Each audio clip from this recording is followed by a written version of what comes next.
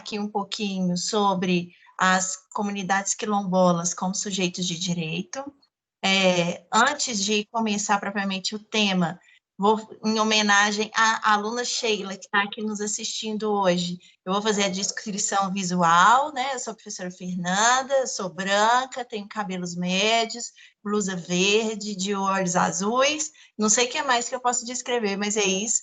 Quem está aqui com a gente hoje é o professor Matheus Mendonça Gonçalves Leite, que é professor da PUC, foi meu colega na PUC Cerro, e que tem um trabalho muito importante sobre o direito dos povos quilombolas. Ele vem auxiliando muito essa comunidade na luta de direitos, principalmente contra mineradoras, né, que estão, de certa forma, tentando tirar direitos desses povos originários, que tenho certeza que o Matheus vai falar um pouco disso para a gente.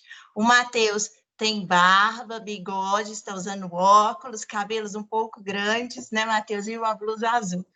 Então, Matheus, gostaria que você começasse a falar aqui para a gente, viu? Muito obrigada pela presença aqui hoje.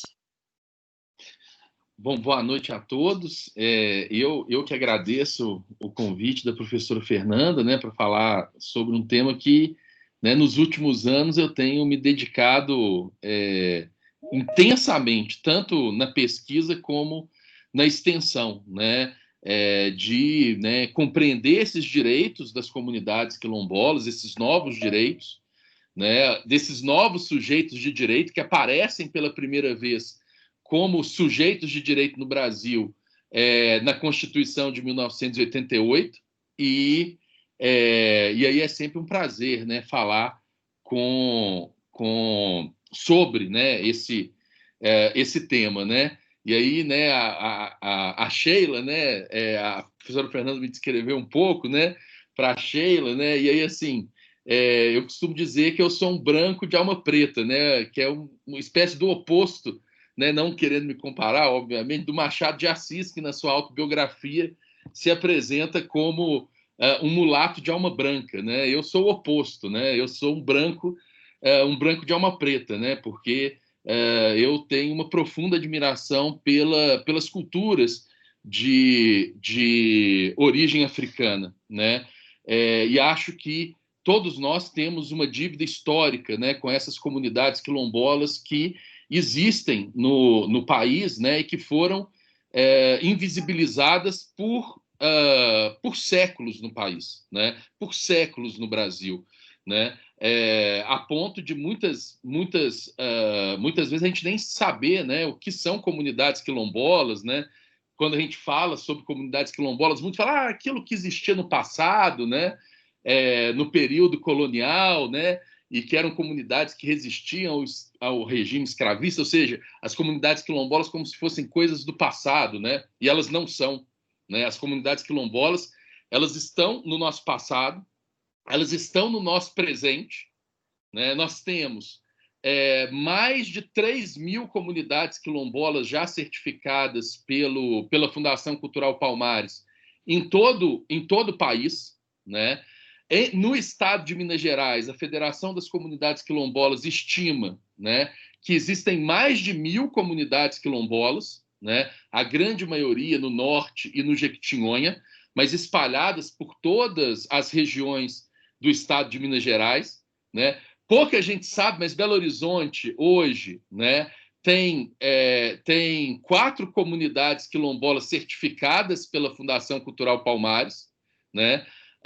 Mangueiras, Luizes, Manzo, o Quilombo do Souza, né? E ainda várias outras comunidades negras que estão reivindicando a identidade quilombola no município de Belo Horizonte. Contagem tem uma comunidade quilombola, os Arturos, né? Já uma comunidade certificada, né? Mas essas comunidades negras, elas foram invisibilizadas, né, durante muito tempo, né? A universidade não falava sobre comunidades quilombolas, a sociedade brasileira não tinha ou não demonstrava nenhum interesse por essas comunidades, né? Então, a invisibilização é uma característica que acompanha essas comunidades, né? E aí, como eu estou numa semana para falar sobre direitos humanos, né, eu particularmente trabalho numa pesquisa, eu leciono essa disciplina na PUC, né, na PUC Betim, direitos Humanos e Fundamentais, e eu adoto uma perspectiva muito provavelmente marginal, né, contra-hegemônica, que muitos dos autores não trabalham, né, porque nós somos colonizados, somos um povo colonizado, inclusive pelo saber, né? Quando você vai nas disciplinas de direitos humanos, normalmente o que os professores fazem, o que consta nos livros, né? Os professores vão explicar a história dos direitos humanos da Europa, né? Então eles vão lá, falam da Revolução Francesa, eventualmente falam da emancipação das colônias americanas, das declarações de direito, aí vão fazendo a história dos direitos humanos, né, que foram sendo reconhecidos entre os povos europeus, né, e fica repetindo uma história que não é nossa, né? E aí, o que eu entendo por direitos humanos? E aí, assim, eu gosto demais de dois autores que trabalham essa temática, que é o professor Roberto Lira Filho, que tem esse livrinho que, para mim, todo aluno de direito deveria ler, O que é o Direito. Deixa eu ver se eu acho o outro livro aqui na minha mesa. O outro é do professor José Geraldo, para um debate crítico, para um debate teórico, conceitual e político sobre os direitos humanos, né? Esses autores vão falar que os direitos humanos eles surgem da luta social, né? Da luta de povos, de grupos étnicos que tomam consciência das relações de opressão e de exploração a que eles são submetidos e passam a reivindicar o reconhecimento de direitos humanos, né? Direitos que representam a superação da opressão, da violência, da exploração de pessoas, de grupos, de classes, né? Então a gente precisa urgentemente, né, descolonizar o direito e descolonizar a disciplina de direitos humanos, né, e compreender o nosso processo histórico de colonização, de formação da sociedade colonial moderna que existe no Brasil e existe até hoje, né? E esses novos sujeitos de direitos e esses novos direitos, eles surgem na tentativa de superar, né, essas relações coloniais que marcam a nossa sociedade até hoje, né? E, portanto, é preciso fazer um esforço para construir a nossa história dos direitos humanos, a nossa teoria dos direitos humanos, né? A América ela foi invadida, né, violentamente, de modo brutal, né, por povos europeus, né, espanhóis e portugueses, mas não só, né, até a consolidação do domínio português. Guerras com os holandeses, com os franceses, foram uma constante no século XVI e XVII, até a consolidação do domínio português nessa parte da América, e a sociedade que foi aqui construída, né, foi uma sociedade que se organizou para a produção de bens para a satisfação do mercado europeu, açúcar, algodão, tabaco, café, etc., né? E no século XVIII, final do século XVII, começo do século XVIII, a extração de metais preciosos, nesse período histórico, ouro e diamante, também também destinando essa riqueza às metrópoles europeias, né? E todo o modo de produção que foi aqui instalado, que foi aqui implantado, né, foi implantado com base no trabalho escravo. Então, a sociedade que surge, a sociedade colonial moderna que surge no Brasil a partir de 1500, ela é uma sociedade que se marca pela negação de direitos aos povos originários que aqui já viviam, que aqui já constituíram diversas civilizações, né? Então eu nego direito a esses povos, né? Nego as liberdades básicas, nego o acesso aos recursos e às oportunidades, nego o reconhecimento do direito à terra, ao território, à cultura, ao seu modo de ver, ao seu modo de ser, ao seu modo de viver, né? Eu nego tudo isso, né? E trago, né, para a América milhões de pessoas negras, africanas, escravizadas, né? Então, do século XV até 1850, né, estima-se, e é difícil fazer essa estimativa, porque a gente não tem dados, né, documentos, né, mas a maioria dos historiadores estima, né, que mais de 12 milhões de pessoas foram retiradas do continente africano e inseridas na América, e a grande parte veio para o Brasil.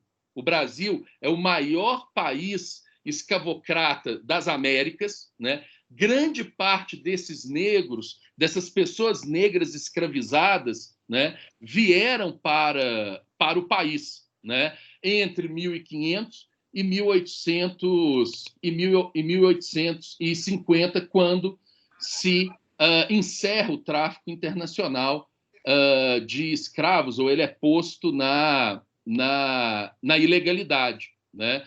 Mas quando...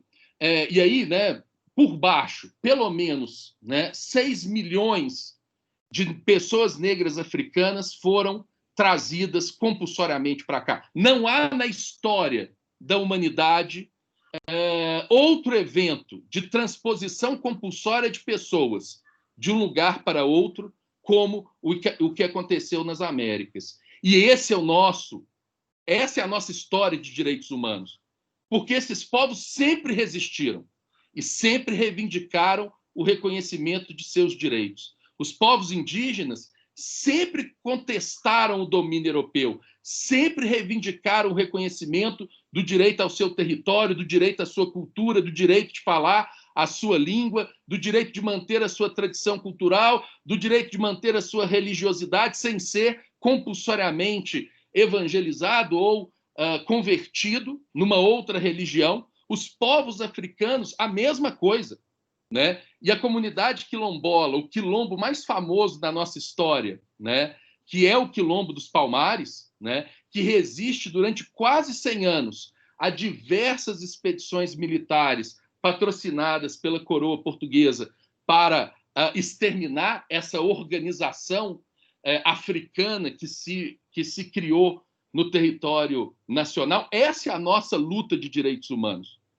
Quando as comunidades quilombolas de hoje lutam pelo reconhecimento do direito ao seu território, lutam pelo reconhecimento dos direitos civis, das liberdades civis e políticas básicas, do direito à educação, do direito ao trabalho, do direito à cultura, né? Essa luta traz, né, um passado de negação desses direitos e de uma violência brutal que esses povos foram submetidos no Brasil, né? Violência essa amparada pelo Estado, né? O Estado colonial português, após a independência, o Estado brasileiro, e o Estado brasileiro é até hoje um Estado colonial, racista e violento, que nega os direitos básicos às comunidades quilombolas. Eu tenho um livro que eu acho que é fundamental, né?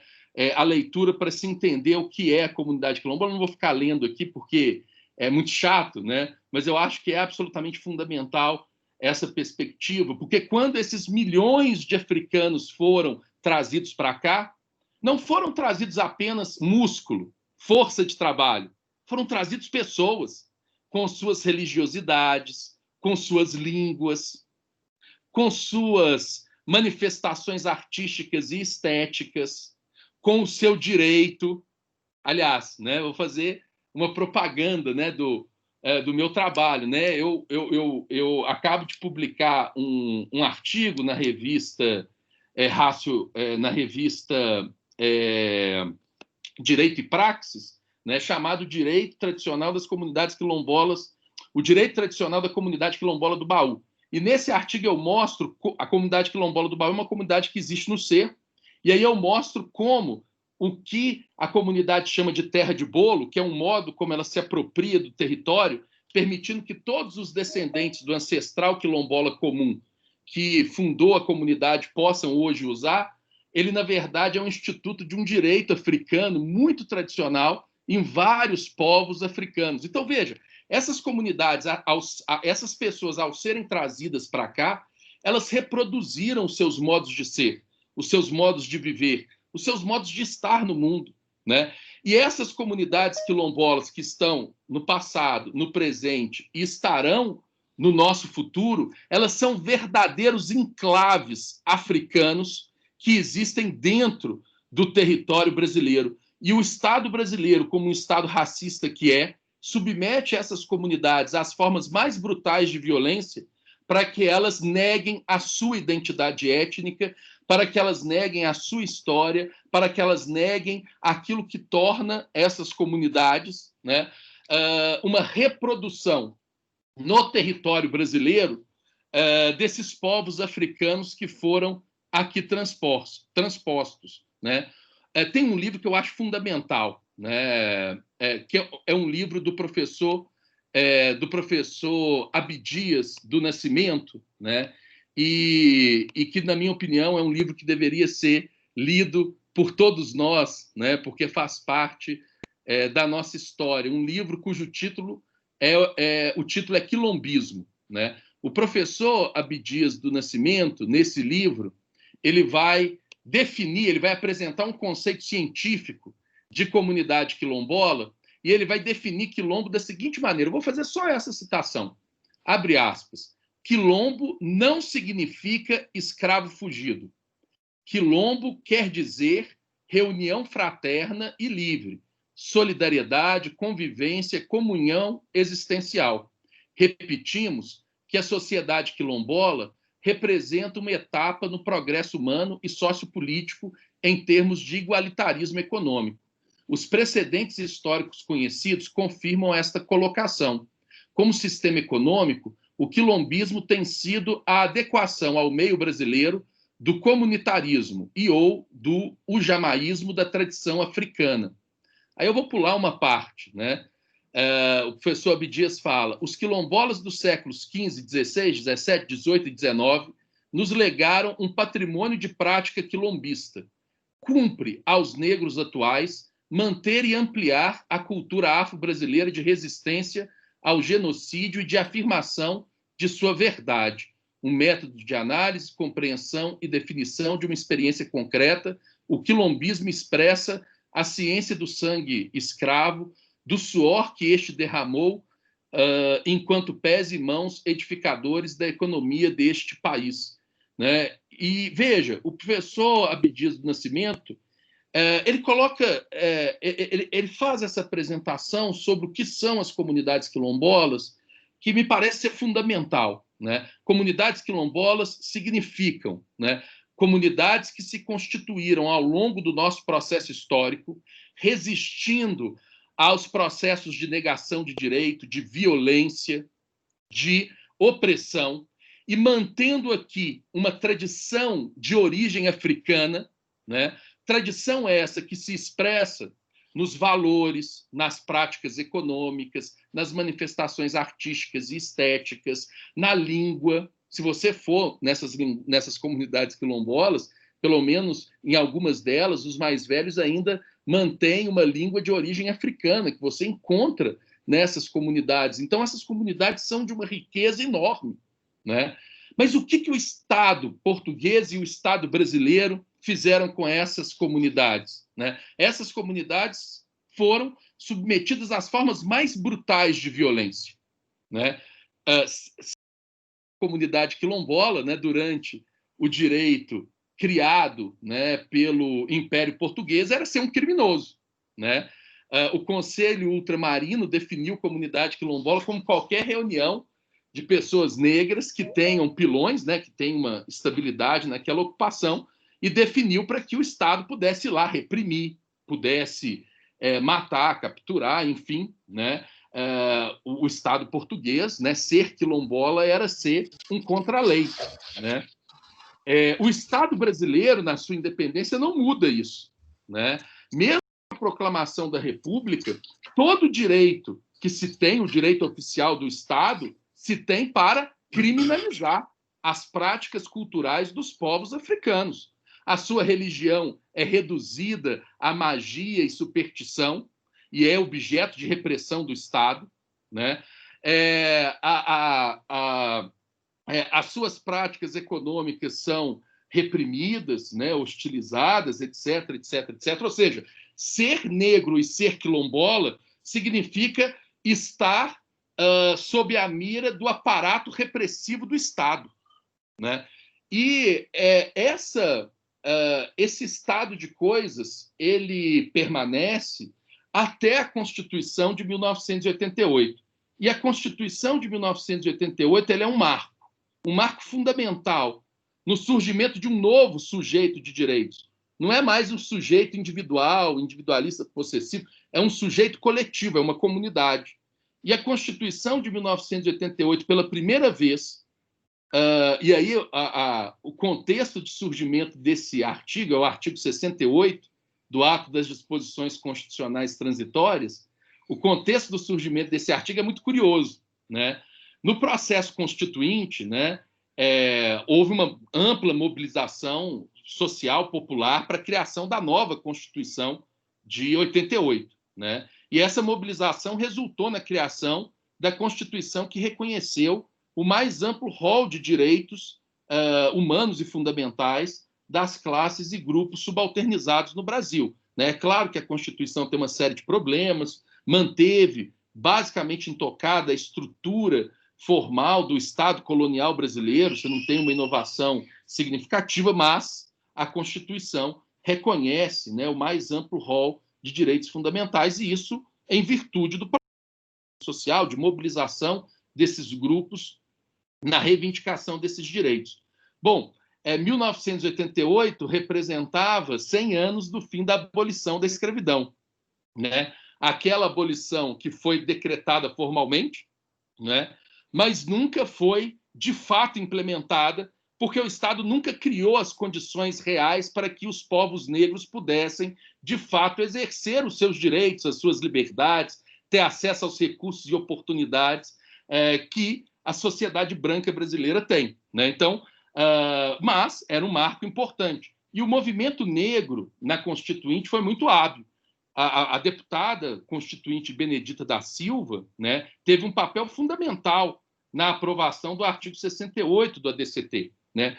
Era curioso, porque ninguém sabia, ninguém tinha informação na época sobre aonde estavam as comunidades quilombolas, quem elas eram, né, como que elas viviam, né? Ninguém tinha essa informação, né? Mas, né, os 100 anos da abolição da escravidão, né, acabou gerando o contexto político de aprovação do artigo 68 do ADCT, e ele foi aprovado.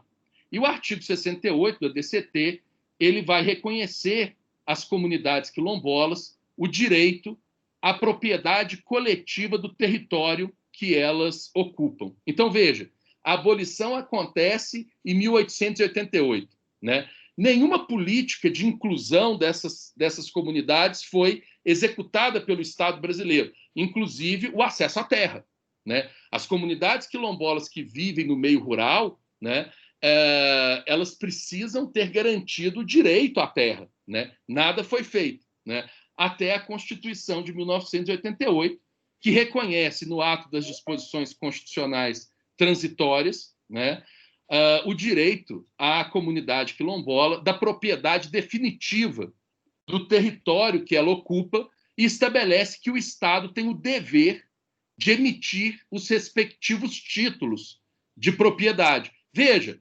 a Constituição de 1988 está reconhecendo um novo sujeito de direitos, que não existia até então no direito oficial do Estado. Você não encontrava na legislação do Estado nenhuma norma que se referisse a comunidades quilombolas, né? Essas comunidades eram invisíveis para o direito, para o Estado, para a sociedade branca brasileira, né? A Constituição de 1988, pela primeira vez, fala, olha, as comunidades quilombolas, e o que são comunidades quilombolas? Comunidades quilombolas são grupos étnico-raciais, né? que se formam porque eles mantêm uma tradição cultural de matriz africana que distinguem o grupo do restante da sociedade, né? Que se apropriam de um território. Então, a comunidade ela se apropria de um território e, ao se apropriar de um território, ela mantém a sua organização social, ela mantém as suas tradições culturais, né? E essas comunidades surgiram ao longo do processo histórico de resistência à opressão histórica sofrida. Esse é o conceito que está no artigo 2º do Decreto 4887 de 2003. Né? Nós temos, inclusive, um conceito legal de comunidades quilombolas. Então, a Constituição, pela primeira vez, falou, olha, comunidades quilombolas, um sujeito coletivo. É uma comunidade, não é uma pessoa. É um grupo de pessoas que se constitui porque este grupo mantém um conjunto de práticas, de valores, de tradições que distinguem o grupo da sociedade do entorno, né? Mantém, por exemplo, uma religiosidade de matriz africana, né? Mantém uma língua de origem africana, né? Mantém práticas de manifestação estética e artística que distingue esse grupo do restante. E esse grupo se mantém porque ele se apropria de um território. A apropriação do território é a condição de manutenção deste grupo. E aí a Constituição está falando o seguinte, olha, esse sujeito coletivo, ele é titular de direito. Ele é titular do direito ao seu território. E olha que coisa interessante. Aqui, a propriedade não é a propriedade privada individual do Código Civil brasileiro, do direito privado burguês. Não é desse tipo de propriedade que nós estamos falando. Aqui a propriedade é a propriedade coletiva. Um grupo que se apropria coletivamente de um território e usa esse território de acordo com as suas leis tradicionais, com seus saberes tradicionais. Né? Então, nós temos, no direito brasileiro, né, um direito à propriedade coletiva dos territórios das comunidades quilombolas. Esse foi o primeiro grande direito que foi conquistado, porque a comunidade só se mantém enquanto ela se mantém dentro do seu território. Né? Mas outros direitos foram sendo conquistados já na Constituição de 1988. Né? O artigo 216 da Constituição vai estabelecer que os modos de fazer, de viver, de criar dos diversos grupos constitutivos da sociedade brasileira integram o patrimônio cultural brasileiro. Então, essas comunidades têm o direito à cultura, o direito de manter o seu modo de viver, o seu modo de ser, o seu modo de expressar a sua compreensão do mundo, as suas religiosidades, né? A partir da Constituição de 1988, né, se consolida um movimento quilombola, um movimento que vai lutar justamente pela efetivação dos direitos que foram conquistados, porque apesar de previstos, né, eles são sonegados pelo Estado, né? E o Poder Judiciário é o principal ator de sonegação desses direitos e pela luta pelos outros direitos. Né? Em 2004, um momento importante foi a ratificação pelo Brasil da Convenção 69 da Organização Internacional do Trabalho. A Convenção 69 é uma convenção internacional de direitos de povos e comunidades tradicionais, né? Povos indígenas, povos quilombolas e outros povos tradicionais. E lá se reconhece uma série de direitos políticos. Então, como que as comunidades quilombolas, as comunidades negras em geral, vão participar do processo de discussão e deliberação sobre questões práticas, sobre questões importantes para a nossa vida numa sociedade que é marcada pelo racismo? Né? E aí, assim, eu, como advogado da Federação das Comunidades Quilombolas, posso falar, né, que eu presenciei várias vezes reuniões em conselhos do meio ambiente, em Câmara de Vereadores, na Assembleia Legislativa, né, onde a comunidade quilombola, né, quando ela podia falar, porque nem sempre ela pode, quando ela podia falar, ela não era ouvida. Quando ela falava, aquilo que ela falava era desconsiderado. Aquilo que ela falava não tinha menor importância, porque a sociedade brasileira se estrutura racialmente. Aqueles povos que foram construídos racialmente como inferiores, índios e negros, né? Esses povos, né? Eles não se reconhece a eles, né? O direito de participar das discussões públicas, o direito de ser ouvido, de ser considerado, de ser levado em conta os seus interesses, as suas demandas, as suas reivindicações, né? E é por isso que a Convenção 69, que reconhece uma série de direitos, direito à educação, direito à cultura, direito à saúde, direito ao trabalho, né? Eu não vou falar de todos esses direitos, mas reconhece um direito político, que é o direito à consulta livre, prévia e informada. A Convenção, no artigo 6º, fala o seguinte, e aí, assim, eu acho que o bacana seria abrir um espaço de debate, né? Eu já tô encerrando, né? Porque, enfim, eu acho que não é o caso de ficar... Não sei, pode ser até 6h40, Fernando? Depois a gente abre para as pessoas perguntarem. Enfim, o artigo 6º da Convenção fala o seguinte, né? Todo e qualquer ato legislativo e administrativo que afetar diretamente uma comunidade quilombola, os seus órgãos representativos devem ser previamente consultados.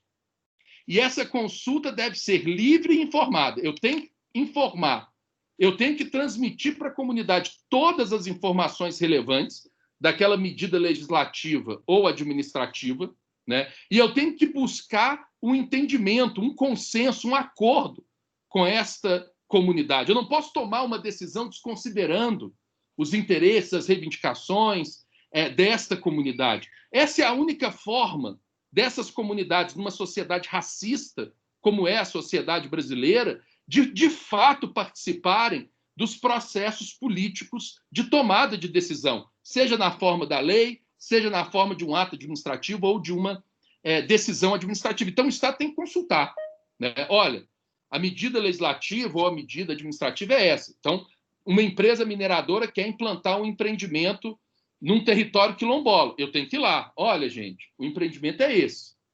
Vai ter esse impacto. Quais são as informações? Não queremos saber disso, daquilo, outro. E o Estado tem que informar. E tem que ouvir a comunidade. Né? A comunidade, não, mas aí a gente não concorda, tem que fazer isso. Tentar um diálogo, tentar um acordo, de modo que a decisão estatal leve em consideração os interesses dessas comunidades quilombolas. Veja, esse é um direito que está lá previsto no artigo 6º da Convenção 169 da OIT. Um direito que é sonegado pelo Estado brasileiro. E aqui em Minas Gerais, ele é sonegado principalmente pelo Tribunal de Justiça de Minas Gerais. Um tribunal formado por brancos, corruptos, e que só decidem a favor do grande capital. Se as pessoas negras soubessem como funciona o Tribunal de Justiça, elas já tinham invadido aquele espaço há muito tempo. Então, vou dar um exemplo, né? Lá no Cerro, uma mineradora requereu a implantação de um empreendimento numa área que fica do lado de uma comunidade quilombola, né? Em 2015, o município falou que tinha que fazer a consulta à comunidade quilombola, né? E aí depois a empresa começou a patrocinar vários eventos do município e em 2019 o município falou assim, não precisa mais consultar, não. A Federação Quilombola impetrou um mandato de segurança coletivo pedindo para que o tribunal, no caso, o juiz do Cerro, né, assegurasse o direito à consulta, o juiz concedeu a liminar, a mineradora recorreu, e o Tribunal de Justiça, numa decisão monocrática de um desembargador, que nunca nunca submete a sua decisão à turma, falou que não era preciso fazer a consulta da comunidade quilombola, porque o decreto editado pelo Poder Executivo não prevê a consulta da comunidade quilombola no licenciamento ambiental. Veja a que pontos nós chegamos. Aí eu falo isso, a mineradora pega minha fala, mostra para o desembargador, e vou falar na frente dele. Qualquer pessoa que tenha mínima formação em direito sabe que decreto do Poder Executivo não tem força normativa para afastar a incidência dos direitos previstos numa Convenção Internacional de Direitos Humanos, porque a Convenção Internacional de Direitos Humanos materialmente tem status de norma constitucional.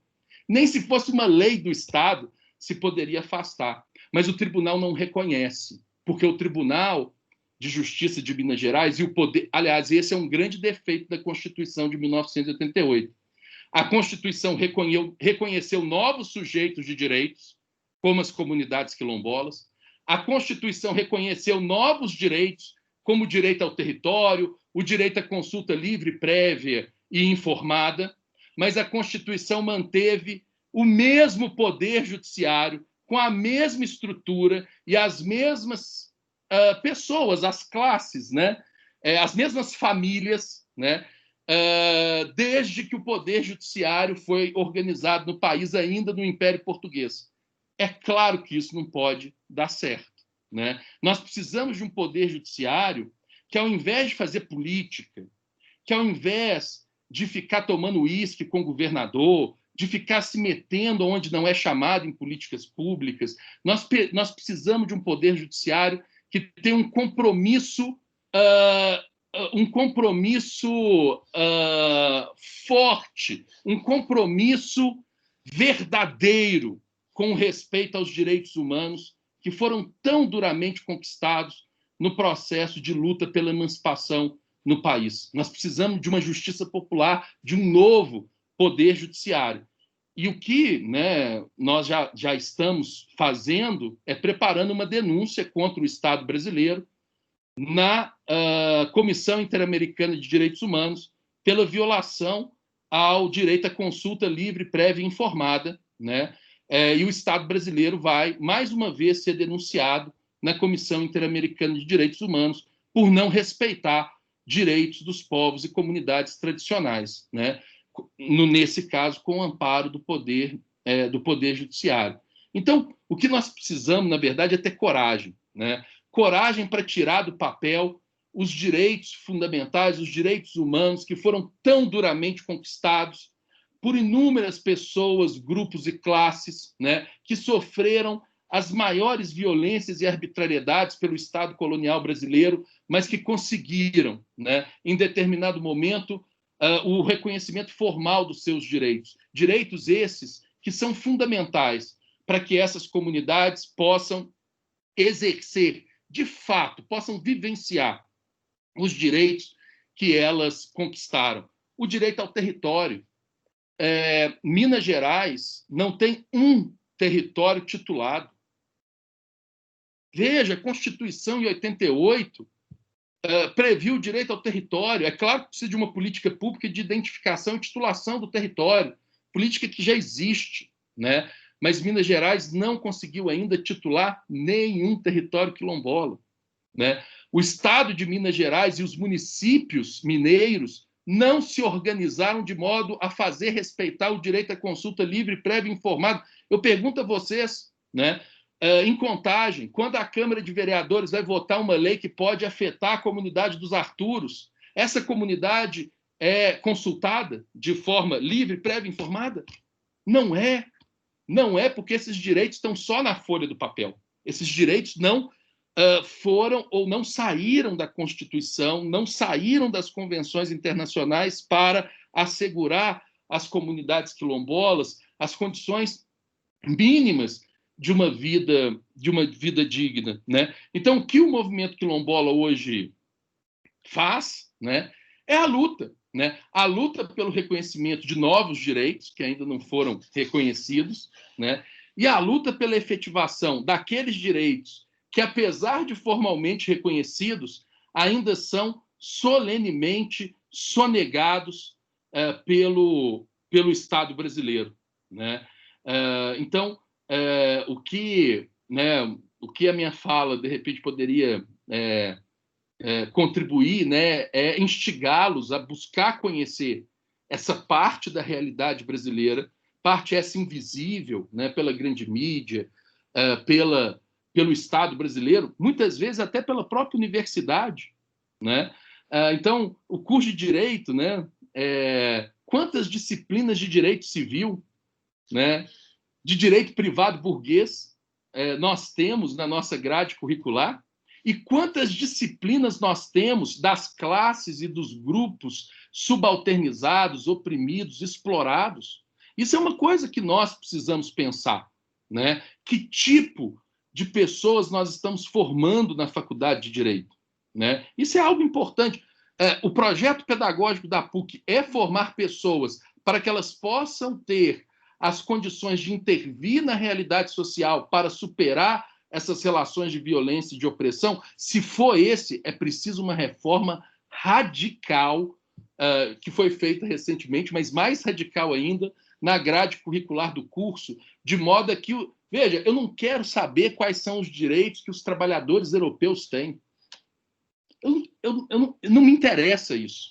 Eu quero saber quais são as condições de trabalho que as classes e grupos étnicos que constituem a sociedade brasileira vivenciam, quais são os direitos que são a elas reconhecidos ou sonegados, né? A gente precisa de uma universidade que se volte, né, para esses grupos marginalizados, subalternizados, oprimidos, né, e possa, junto com eles, né, construir um conhecimento emancipador, um conhecimento que promova a emancipação humana, que promova as condições para que todas as pessoas possam encontrar condições para o exercício das suas liberdades básicas, para a vivência da sua cultura, para o acesso aos recursos e as oportunidades, né? E eu acho que a extensão é o braço da universidade que permite a maior conexão com esses grupos, né?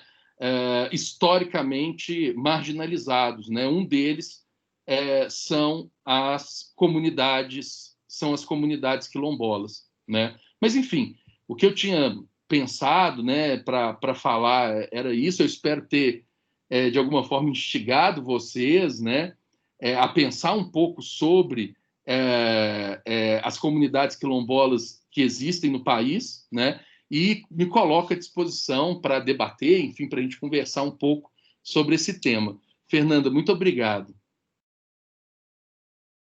Gostei demais, Matheus. Eu acho que, tal como eu comentei com você no início, eu acho que cada uma dessas palestras nos traz uma lição, né?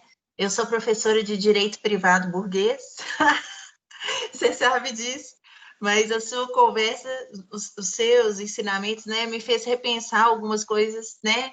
Como, por exemplo, essa questão da titulação dessas comunidades quilombolas, que isso é muito relativo ao direito civil, e a gente não estuda isso, né? Como você colocou, é como se fosse uma coisa separada que não existisse, né? Eu nunca estudei isso que você me falou, né? Nunca estudei nada disso, sobre as questões das convenções, sobre o decreto regulamentador, que traz aí o conceito de quilombola, de comunidades quilombolas, que foi criado 15 anos depois da Constituição, né? Pelo que você colocou em 2003. Então, como que é relegado a segundo plano, né? E como é importante a gente estudar isso? Inclusive, eu vou estudar isso aí e vou te cutucar, inclusive, para a gente trabalhar sobre isso, que eu achei muito interessante. A gente já tem uma aluna com a mão levantada, deixa eu só olhar aqui, acho que é Isabela o nome dela. É Isabela mesmo, gente? Opa, peraí. Deixa eu ver se eu consigo ver. É Tiago. Ah, é o Tiago, lembra? Está parecendo como Isabela, mas é o Tiago. Isso, pode falar, Tiago. Muito prazer em te ver aqui. É um prazer todo meu. E, assim,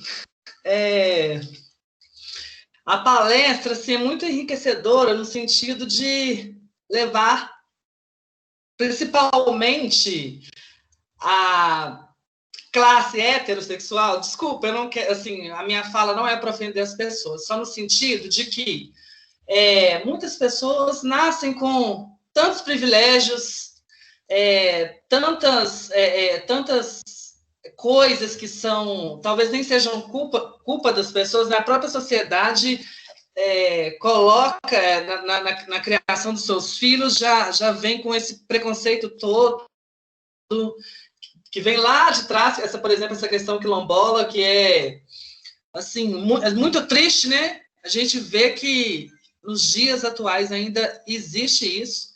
E eu também, como uma minoria, digamos assim, né? Porque, na verdade, os quilombolas não são minoria, né? Na verdade, deveria ser enxergado como maioria. Mas aqui, no momento atual que nós estamos vivendo aí no país, com esse governo cheio de retrocessos, cheio de desrespeito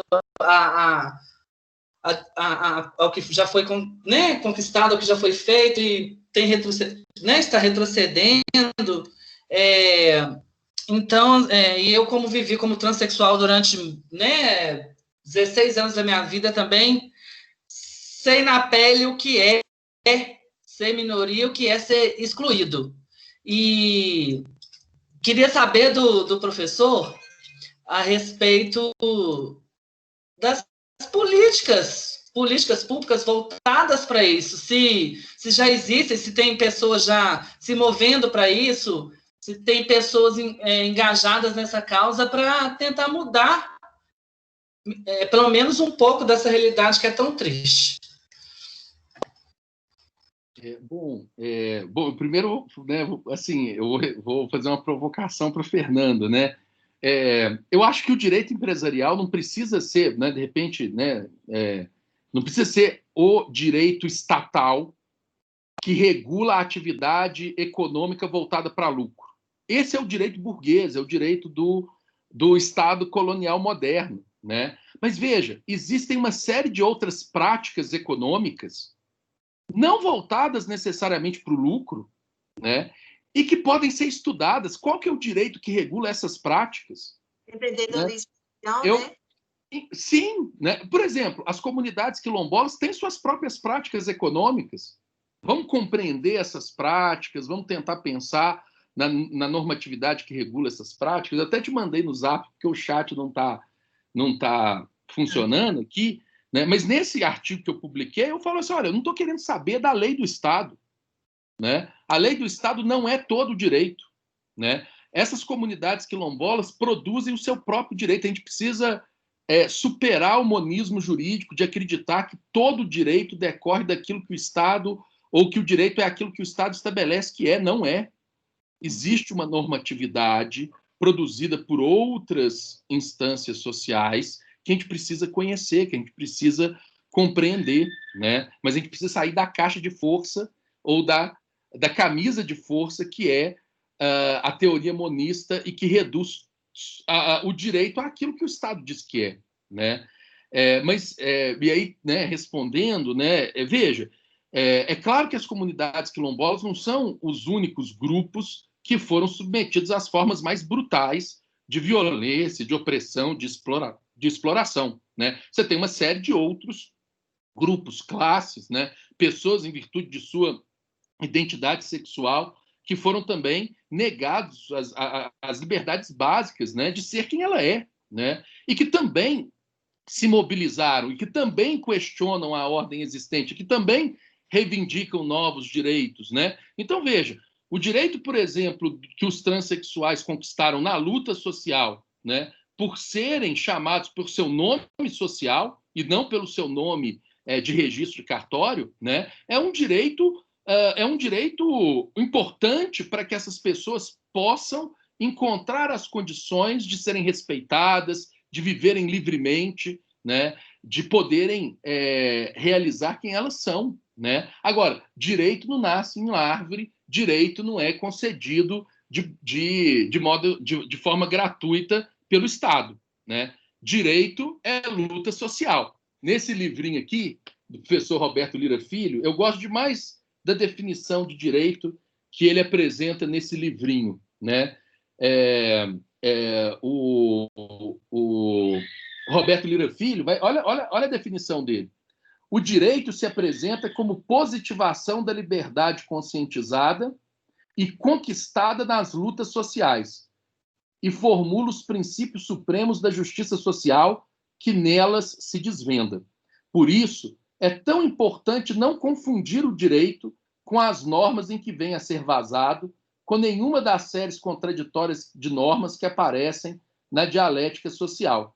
Estas últimas podem concretizar o direito, realizar a justiça, mas nelas pode estar a oposição entre a justiça social atualizada na história, e a justiça das classes e grupos dominadores, cuja legitimidade, então, desvirtua o direito que invocam, né? Então, eu acho que os trans estão dentro desse mesmo processo.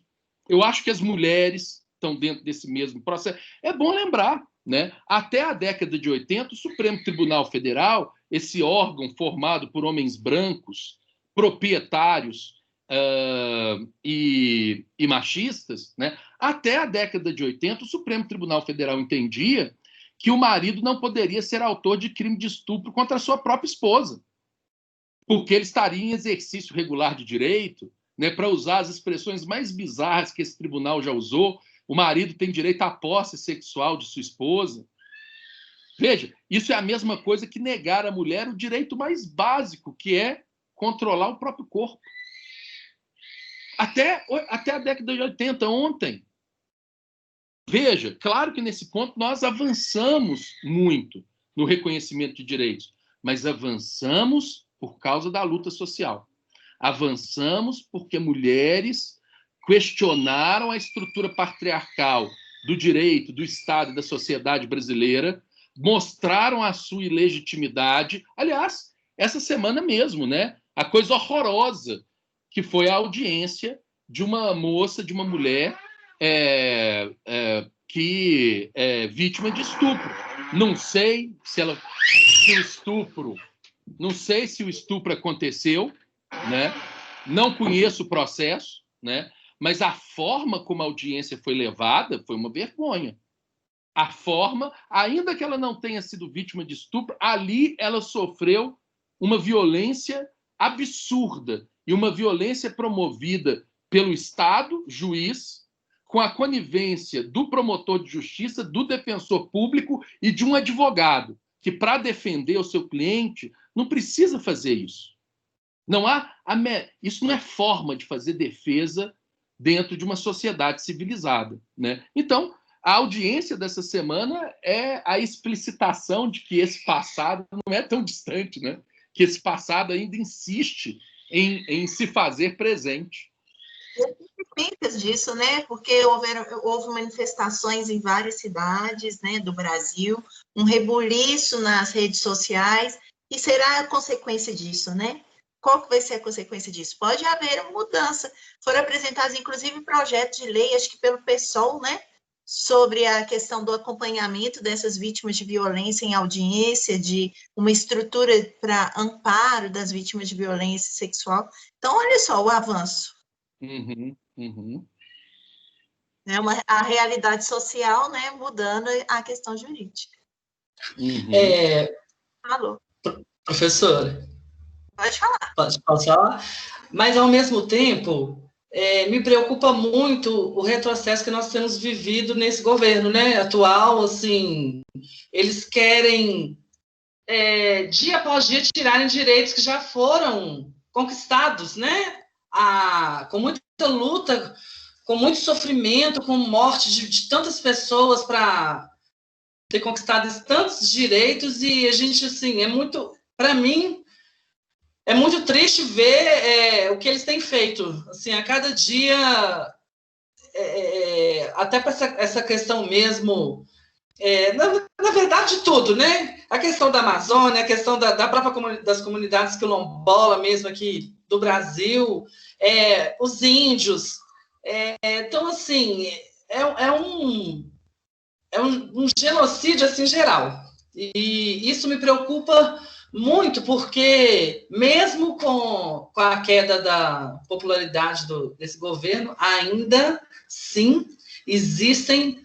Eu tenho provas no Facebook, que eu já fui ameaçado no Facebook por criticar esse governo, já sofri ameaça até de morte, para vocês terem ideia, por fazer críticas a um governo medíocre, patético, que não governa para todas as classes, né? Como o professor falou, que os direitos eles têm que ser garantidos para todas as classes da sociedade. E isso, na lei, está escrito, mas na execução da lei não existe. Então, assim, a gente vê as comunidades quilombola excluída, os índios excluídos. Eu não sei se eu falei certo, os índios ou comunidade indígena, eu não sei qual o termo correto, me perdoe se eu estiver errado.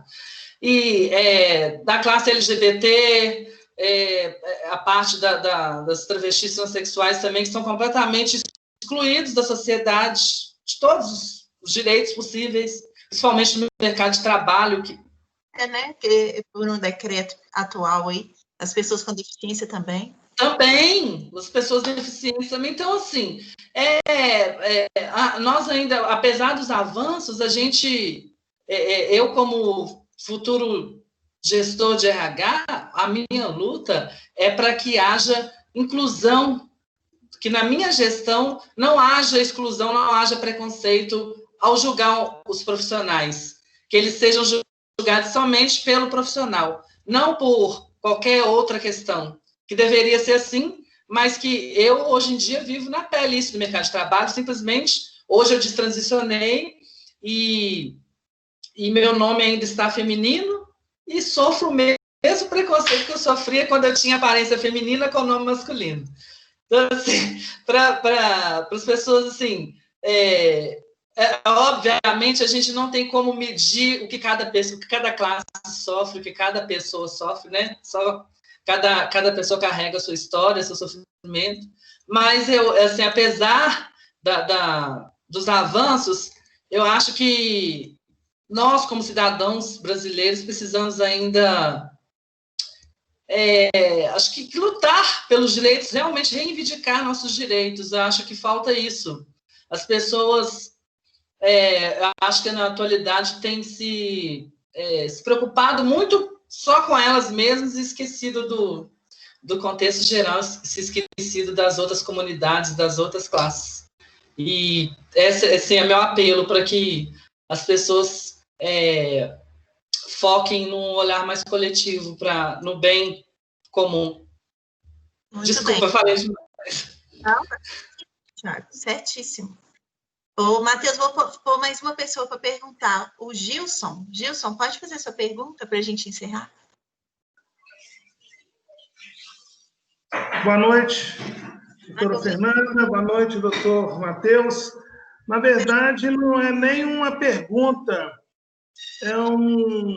Primeiro, um agradecimento ao doutor Matheus pela bela explanação sobre o assunto, né? E eu moro aqui perto de uma das comunidades aqui dos Arturos, uns 2 quilômetros mais ou menos. E aí, realmente, é aquilo mesmo que você falou, Fernanda, que na faculdade mesmo a gente não aprende, né? O doutor Matheus também falou, sobre essas comunidades de forma geral. E acaba que a gente mesmo é um potencial excluidor dessa classe.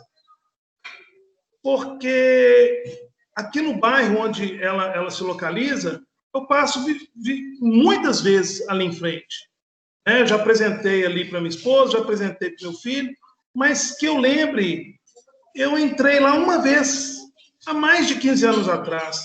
Então, o próprio bairro que está em volta, né, ela não interessa por aquela comunidade que está ali, que faz parte da região. Entendeu?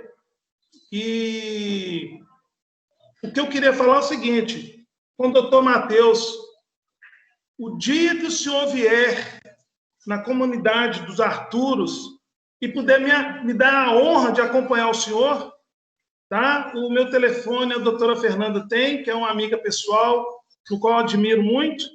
Ela pode passar o meu telefone para o senhor. O dia que o senhor visitar a comunidade e puder me dar a honra de acompanhá-lo, eu estou à disposição. Não, está combinado.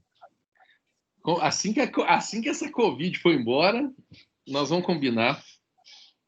Ótimo. Eu agradeço, doutor. Agradeço, doutor. Desculpa, Fernanda. Não, estou falando que eu quero ir também, que diz que lá tem um benzedor excelente. O doutor Matheus e doutora Fernanda, na verdade, eu fui lá uma vez jogar bola. E lá dentro tem um time de futebol. Eu fui jogar contra eles há mais de 10 anos atrás. E parece que é um outro país. Porque depois que eu saí, eu nunca mais voltei. A comunidade que está em volta, não realmente é o que o doutor falou. Mesmo inconsciente, exclui. Mesmo de forma inconsciente, exclui, porque não vejo ninguém aqui em Contagem muita importância para a comunidade quilombola dos Arturos, a não ser quando eles fazem alguma manifestação da cultura deles aqui em Contagem e que o povo assiste. Fora isso, é um cantinho isolado, ninguém tem nem imaginação que existe, vamos dizer assim. Reconhecimento. Isso. Doutor Matheus, fica aí, tá? O meu pedido para o senhor, assim que acabar a pandemia, o senhor estiver visitando aí, me dá a honra de acompanhá-lo. Com certeza. Com certeza. No mais, muito obrigado pela explanação do assunto aí. Obrigado, doutora Fernanda, pelo convite. Obrigada, Gil. Eu agradeço. Matheus. Oi? Quer falar mais alguma coisa? Não, acho que é isso, né? Então, olha, muito obrigada, gostamos demais da sua participação, aprendi muito com você hoje, tenho certeza que você colocou aqui ideias na cabeça, né, convite ao pensar a todos nós, né, para que a gente possa, de certa forma, auxiliar essas pessoas nesse reconhecimento, nessa busca dos direitos, que eu acho que só a partir do momento que todos nós tomamos conhecimento desse desrespeito, né, do que a gente pode fazer, é que a gente tem como ajudar. E assim, a gente está de portas abertas, sempre que você quiser voltar aqui na Contagem, você venha mesmo para ensinar um pouquinho mais para a gente. Tá? Muito obrigada, viu, Matheus? Ô, Fernanda, eu que agradeço. E aí, quando essa pandemia passar, nós precisamos fazer um evento presencial aí em Contagem. Vai ser um prazer. Excelente. Então, muito obrigada a todos, viu, gente? Bom descanso a todos ou boas aulas a todos, tá bom? Até mais. Até mais. Obrigado.